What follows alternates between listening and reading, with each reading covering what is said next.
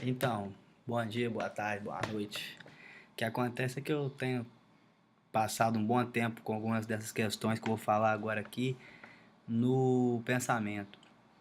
E aí eu imaginei assim, nada melhor do que a gente pensar, né? Porque pensando a gente ouve os nossos argumentos e refuta eles, corre atrás das provas e tudo mais e acaba chegando numa conclusão.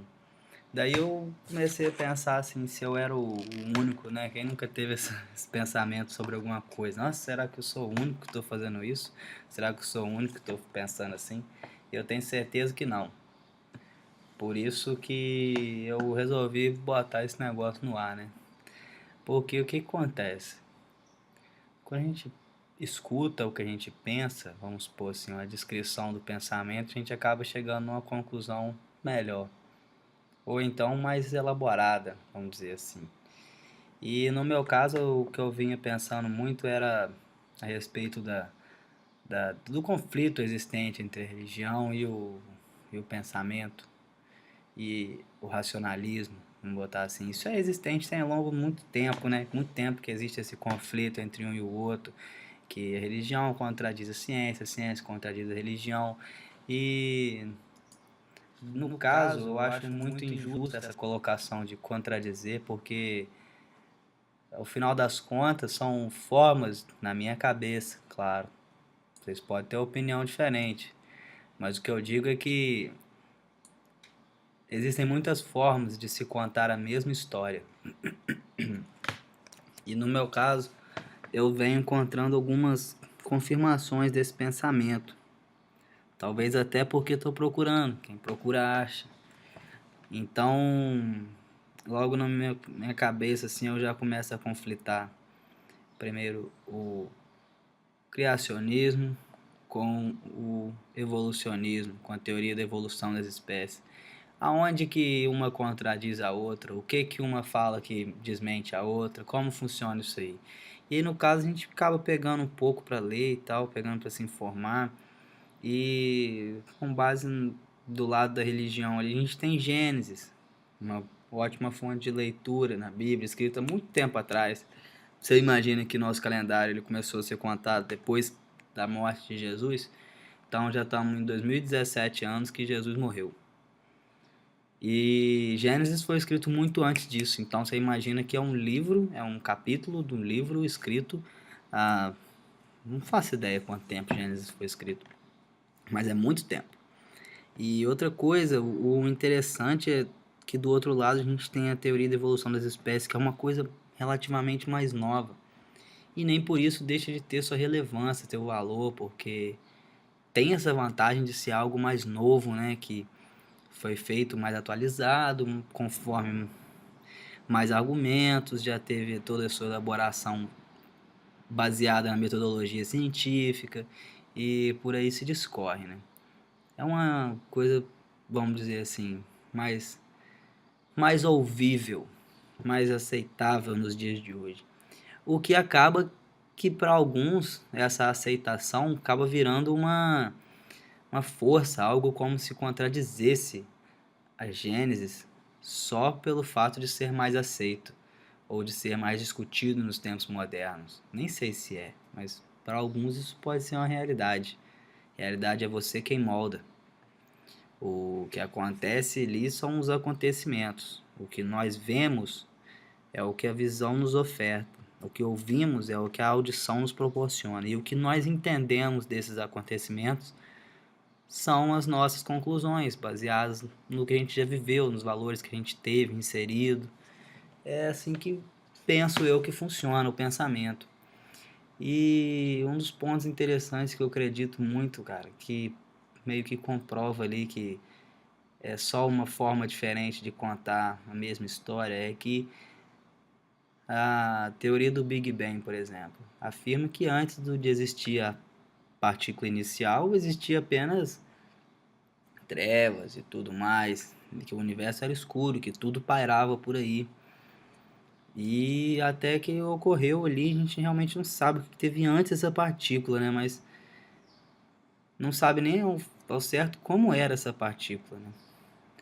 E em Gênesis está escrito: no princípio Deus criou os céus e a terra era sem forma e vazia. Que terra é essa, se a terra ainda não estava aqui? Bom, eu acredito que essa parte onde fala de terra e céus na Bíblia, em Gênesis, tem muito a ver com o lado espiritual ali, né? O plano espiritual. A Terra seria o plano físico onde nós estamos, onde existe a carne. O céu seriam os planos espirituais. Em que a ciência discorda ou concorda disso? Bom, no meu ponto de vista, já vi na internet aí, no meu ponto de vista não, já foi comprovado que é possível que existam multiversos. E multiversos, cara, eu dificilmente encontro a interpretação melhor para vários planos do que a própria palavra multiverso, entendeu? E, e se você continuar se aprofundando e seguindo nisso, é o que acaba que você encontra mesmo. Igual, segundo, segundo Darwin ali, a origem da vida, segundo Darwin e toda a ciência por trás disso, a origem da vida em nosso planeta ela se fez primeiramente na água, né? Ocorreu ali as condições ideais no meio hídrico que proporcionou a vida pela primeira vez. E, salvo engano, em Gênesis, inclusive no capítulo 1, que está escrito que Deus ordenou-se que a vida se fizesse da água e multiplicasse daquela forma. Que a vida saísse da água e multiplicasse daquela forma e tudo mais. E por aí a gente vai tendo vários trechos onde uma se encaixa na outra, como se fossem diferentes peças do mesmo quebra-cabeça. Uma hora elas vão ter uma conexão, porque de fato Gênesis descreve o que aconteceu há muito tempo atrás. A ciência descreve o que aconteceu hoje. Um, uma analogia muito interessante, bem viajada, que eu gosto de pensar às vezes é que se o mundo acabasse hoje, vamos lá, acabou o mundo hoje, e amanhã não tem mais mundo, acabou a Terra, raça humana extinta. Todavia, por ocasião do destino ali, aconteceu que os únicos livros deixados para trás foram os livros de cálculo, né? E os livros de física. Só que não aqueles com texto, mas aqueles com números. Aquelas dissertações matemáticas, aquelas provas, vários cálculos foram deixados para trás. Os únicos livros intactos. Pode botar aí que foi a física newtoniana e o cálculo 1, 2, 3 e 4, que é o integral diferencial. E o que acontece? Se uma outra raça chegasse aqui no nosso planeta e tivesse a capacidade de intelecto para decifrar esses códigos matemáticos que deixamos para trás, ela ia entender o mundo basicamente como ele é hoje, porque de fato a matemática ela descreve o mundo. Quando o seu professor descreve o movimento de um pêndulo pela equação do movimento do pêndulo na física, você pode ver que aquela equação ela descreve uma parábola. E a parábola são movimentos curvos ali típicos do pêndulo. E está escrito naquela equação ali, x ao quadrado mais y ao quadrado igual a z ao quadrado, que no caso é a da circunferência. Se você colocar aquela equação num programa que plota, ou então no que a gente chama de decodificador, que pode ser a nossa própria cabeça, a gente plotar na mão mesmo, escrever na mão, aquilo vai te referir a uma esfera, né? Então a gente pode encontrar que a gente pode chegar na conclusão que a matemática, muitas das vezes, se não quase em todas as vezes, ela é uma metáfora numérica sobre o que é o universo à nossa volta. Sendo Gênesis um pouco antigo, mais antigo um pouco que a matemática, talvez, e por alguma razão na época eles resolveram começar a escrever a história do universo em palavras, e assim até hoje se faz. A gente conta uma história para um amigo conta uma história para nós. As que se sobressaem, que chamam um pouco de atenção, acabam virando livros. E a gente pode, inclusive, até criar nossa realidade, por exemplo. Existem muitas pessoas hoje aí que acreditam em coisas que eu não acredito, igual eu acredito em coisas que elas não acreditam. E isso reflete na minha visão de mundo. Quando alguém, por exemplo, vê um arco-íris, pode interpretar que são as passagens dos raios solares pelas partículas de água. É uma interpretação que eu tenho. Podem interpretar que é uma mensagem de Deus, é uma interpretação que eu também tenho. E podem interpretar uma terceira coisa aí que eu não faço ideia. Isso é a realidade delas. Elas estão livres, né, para discernir a realidade em que vivem. E na Bíblia isso também é descrito como sendo o livre-arbítrio, né? Deus nos deu a capacidade de pensar e nos deu a liberdade para escolher, de fato. E é assim que a gente vai conseguindo as coisas. Escolhendo, no caso, né? E vamos moldando o nosso futuro. Nosso futuro são reflexos das nossas escolhas. E voltando à Bíblia ali, por exemplo, muita gente comenta assim que o conhecimento pode ser uma coisa ruim, às vezes em certo ponto, e em muitos períodos também, por exemplo, na Idade Média, houve-se a agressão física mesmo por parte da igreja contra aquelas pessoas que produziam conhecimento, acreditavam-se que elas eram hereges, né, que eram obras do diabo, que eram coisas ruins ao mundo, coisas adversas à vontade de Deus. E houve-se aí o período que a gente conhece como Inquisição, onde queimaram-se muitos livros. Acredito eu que muito conhecimento deve ter sido perdido naquela época. Conhecimento que a gente está alcançando hoje, ou que a gente alcançou um tempo atrás, foi queimado naquela época. Você imagina que não tinha internet, não tinha uma nuvem para você salvar as coisas, não tinha aí seu Google Drive, não tinha seu OneDrive, seu iCloud, Escambau A4 para salvar as coisas. Então, o que estava no papel e na sua cabeça, você queimou, agora só está na sua cabeça. E você morreu, então conhecimento se perdeu até que alguém descubra de novo, né? E daí eu gosto de citar um pouco um exemplo da Bíblia nesse caso, para mostrar que o conhecimento ele não é ruim.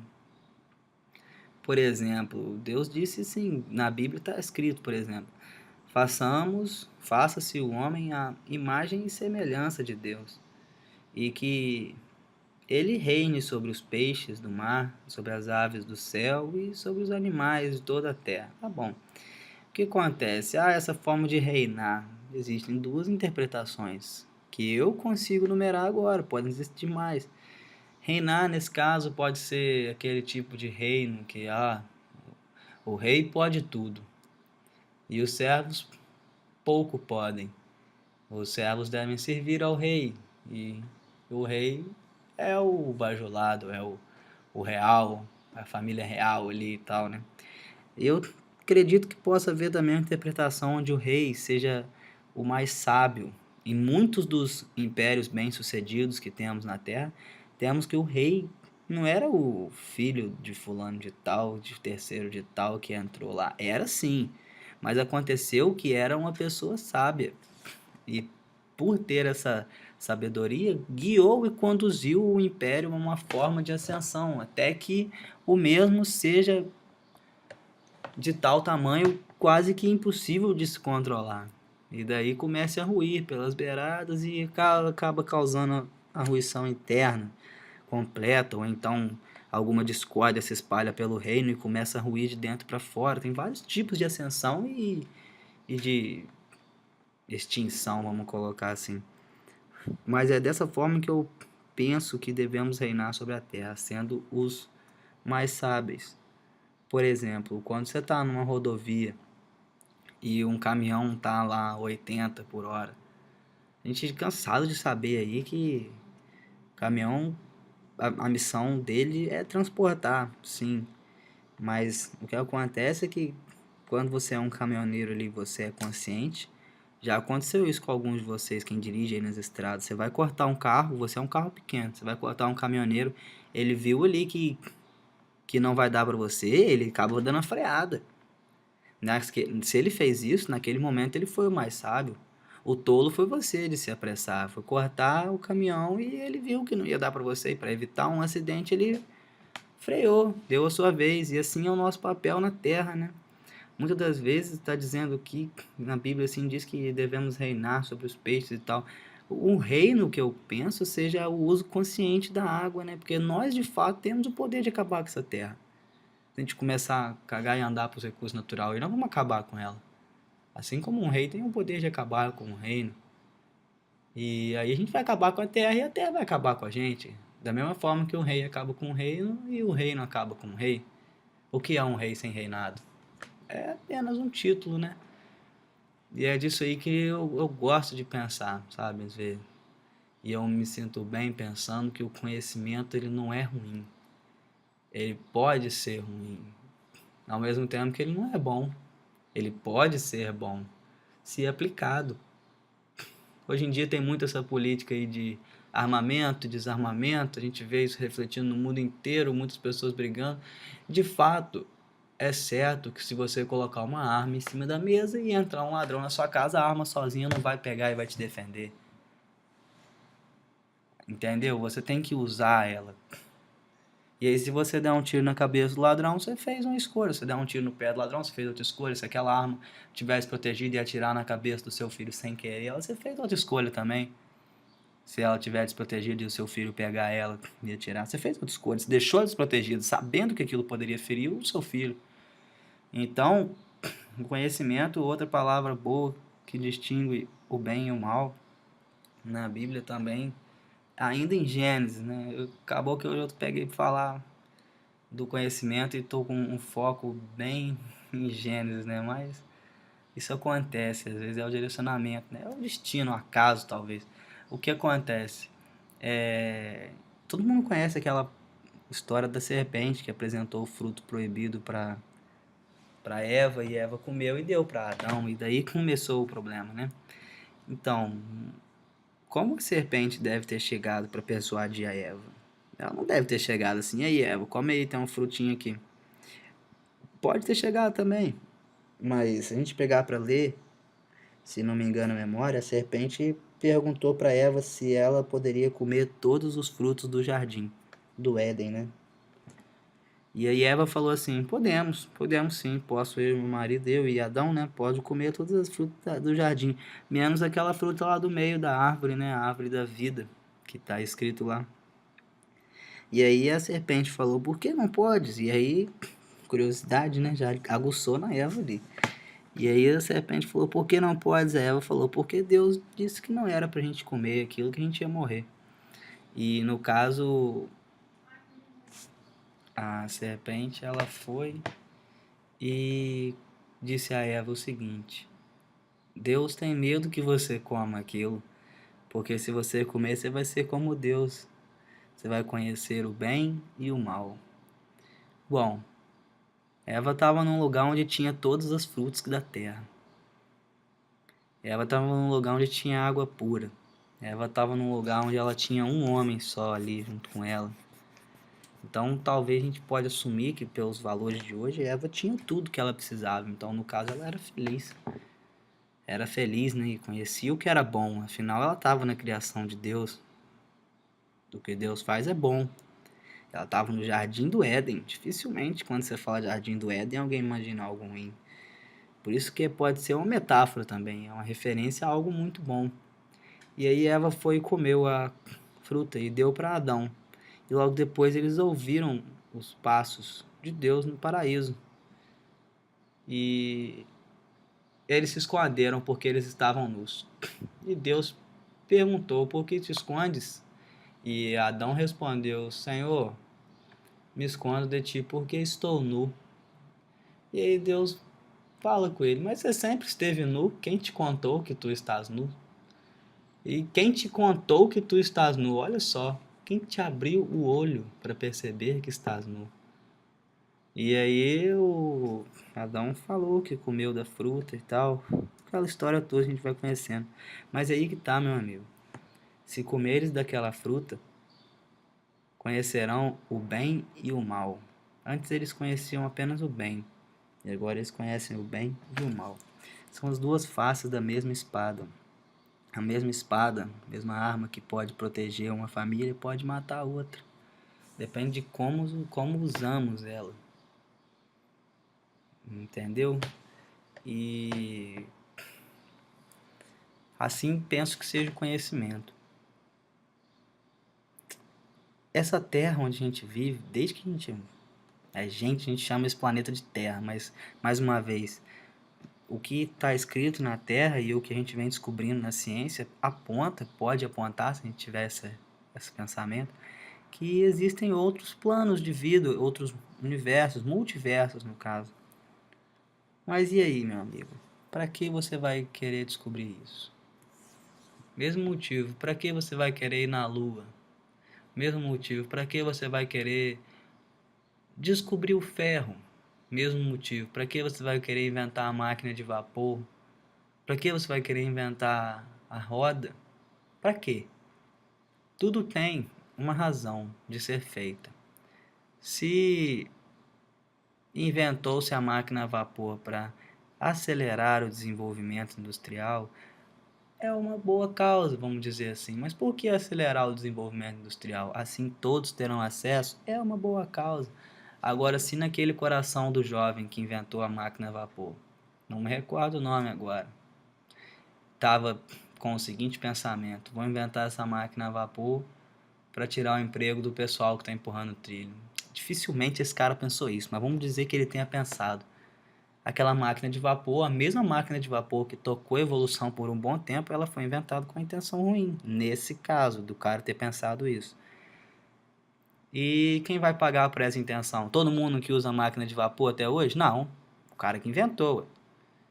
Se eu consigo ir à Lua e lá eu descubro que com hidrogênio e oxigênio eu fabrico água de uma forma que simples e barata, e eu faço isso e acabo com a sede mundial, meu amigo, foi uma boa coisa que eu fiz. Meu nome será gravado na história como algo bom. Deus se lembrará de mim porque ajudei os seus filhos, os meus irmãos. Agora, se eu vou lá na Lua e descubro isso e tal, e que eu consigo fazer água de uma forma super barata e volto aqui para a Terra e vendo isso com muito custo e viso só o meu enriquecimento, claro que a gente pode enriquecer, mas se eu visar somente o meu enriquecimento, fazer as coisas esperando algo em troca, meu amigo, eu fiz uma descoberta boa, usei-a de forma ruim e eu vou pagar por isso. Muito provavelmente em vida, na frente de meus irmãos. Ou então na morte depois, a gente não conhece ainda, mas dizem que aqui se faz, aqui se paga, né? Tem essa máxima também. Ainda não achei ela na Bíblia, não. Talvez um dia eu continue lendo e ache. Mas dessa forma, cara, eu fico pensando. Se você quiser acreditar na Bíblia, você acredita. Se você quiser acreditar na ciência, você acredita. Se você quiser acreditar que os dois são coisas diferentes, você também acredita. Você tem indícios para isso. A gente é livre para pensar. E a nossa cabeça é muito ágil em justificar coisas.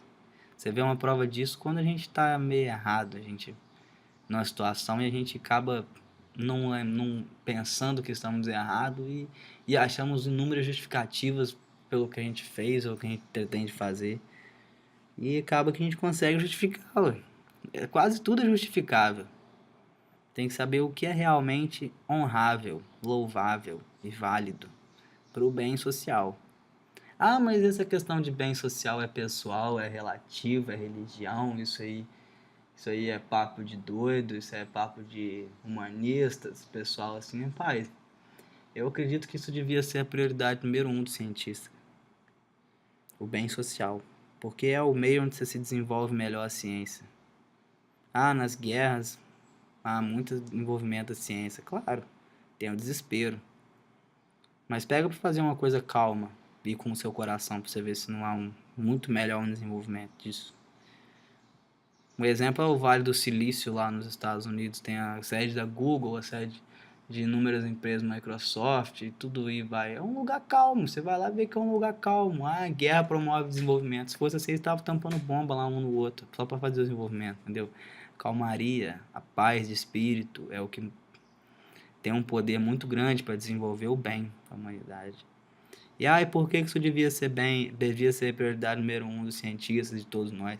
Meu amigo, pelo mesmo motivo que você não vê um leão atacando o outro leão. Só se ele for ameaçado, porque sabe que a sobrevivência de um depende da sobrevivência do outro. Nós estamos aqui, até mesmo por Darwin, os seres que são melhores adaptáveis têm mais chance de gerar sucessores. Mas aquelas adaptações não surgem de um dia para o outro, elas são criadas gerações após gerações. Então, a minha existência aqui, a, a recepção de toda informação que eu recebo e a minha reação diante dessa informação, ela é responsável pela sobrevivência de toda a minha espécie, de uma forma fracionária, assim como todos nós somos. Por exemplo, um peixe que estava acostumado a nadar 20 metros por dia. Se por alguma razão ele tem que nadar 30, ele começa a se forçar mais. E eu aposto que o filho daquele peixe vai estar mais bem preparado para nadar 30 do que aquele peixe estava. E aquele filhinho vai começar a nadar 30. Uma hora ele vai ter que nadar 40. E ele vai se esforçar mais. E o filhinho daquele peixe vai conseguir nadar 40. Mais fácil do que o seu pai, mais fácil do que o seu avô, peixinho. Então, o bem social ele é muito importante, porque ele acaba filtrando ali as ameaças, a ponto de que só as realmente necessárias chegam até a nós. Você acredita que uma guerra por tiro pode mudar a genética humana para uma melhor adaptação? Muito dificilmente. Agora, você acredita que a luta por uma doença compartilhada por todos durante coisa de 10 anos, você acredita que nos 10 anos que se passaram indivíduos com melhor adaptação àquela doença vão conseguir sobreviver mais, e assim vai aquela doença vai ficando para trás. Assim foi com a peste negra, contando, claro, com a progressão do conhecimento ali, ó, que a gente vai desenvolvendo as coisas. Então, o conhecimento bem aplicado, junto com o bem-estar social e a empatia, é uma coisa que só tem a nos ajudar, promove muito, igual alguns cientistas de grupos rivais, sei lá, o que eles têm na cabeça, que costumam falar, alguns leigos também falam, para que vai fazer exploração espacial, que não sei o que não sei o que, enquanto tem gente morrendo de fome e tal. Ô, meu nobre, o que acontece? Você vive num planeta em que você já previu, pressupôs que um dia ele vai acabar, se as coisas continuarem do jeito que estão. Então, partindo do ponto de vista mais lógico, você tem que ter duas prioridades: reverter esse fluxo de fim do mundo. O fim do mundo está ficando próximo. Reverter isso. Você pode tentar reverter isso. Fim da Terra, o planeta. Como você faz isso? Gerando fontes de energia mais sustentáveis, escambau 4, todo mundo já sabe, revertendo a extinção de algumas espécies. A gente sabe que uma espécie afeta muito o tal do equilíbrio ecológico se ela for extinta. Pesquisa no Google aí, extinção de uma abelha. Pesquisa, pode pesquisar, é tranquilo. E aí a gente vai vendo. Então a gente tem uma hipótese, é tentar reverter esse caminho para o fim do mundo, né? Para exaustão global, vamos dizer assim, exaustão global dos recursos necessários para a sobrevivência. Um bom exemplo também é a água, está acabando. A gente podia arrumar um jeito de reaproveitar essa água suja que a gente já sujou, limpar ela, dar um jeito nisso. E a outra prioridade é o seu plano B, no caso, né? Você está tentando ali reverter e cuidar melhor da sua casa, mas você está vendo que sua casa vai cair de qualquer forma e que você ainda está tentando reverter e nada está mudando. O que você pode fazer? Vamos tentar outra casa. Você vai com os dois planos simultâneos. Tenta outra casa, tenta construir outra casa e tenta salvar a sua. Tenta construir outra casa e tenta salvar a sua. Enquanto der para você tocar os dois planos, você vai tocando os dois, meu amigo. É assim que eu creio que a ciência deve funcionar, ou já funciona, ou vai funcionar um dia. Eu acredito nisso. E basicamente, por que a ciência deveria considerar mais a Bíblia, então? Porque, meu amigo, a história ela se repete, é um fluxo ali. E o que aconteceu há 4.000 anos atrás nos revela um conhecimento sobre o que pode acontecer de novo. Você quer analogia mais clara ao uso das drogas hoje em dia do que essa história da serpente? Algumas drogas têm lá seu lado bom, se usadas da forma certa. Se não, elas só te levam pro buraco. É a mesma questão da árvore da vida lá, da maçã. Se ela for usada da forma certa, se você dormir embaixo daquela árvore da vida ali, talvez você acorde até mais descansado, mas você não pode comer aquele fruto. E era a única coisa que eles não podiam fazer. Eles fizeram e começou a dar as coisas erradas. Bom, isso era pra ser uns 10 minutos aí, acabou que eu gosto de falar, principalmente quando tô pensando alto, e ficou um pouco extenso, mas é isso aí. Quem gostou e tiver vontade de falar alguma coisa, que fale. Quem não gostou, fica à vontade aí. Um abraço.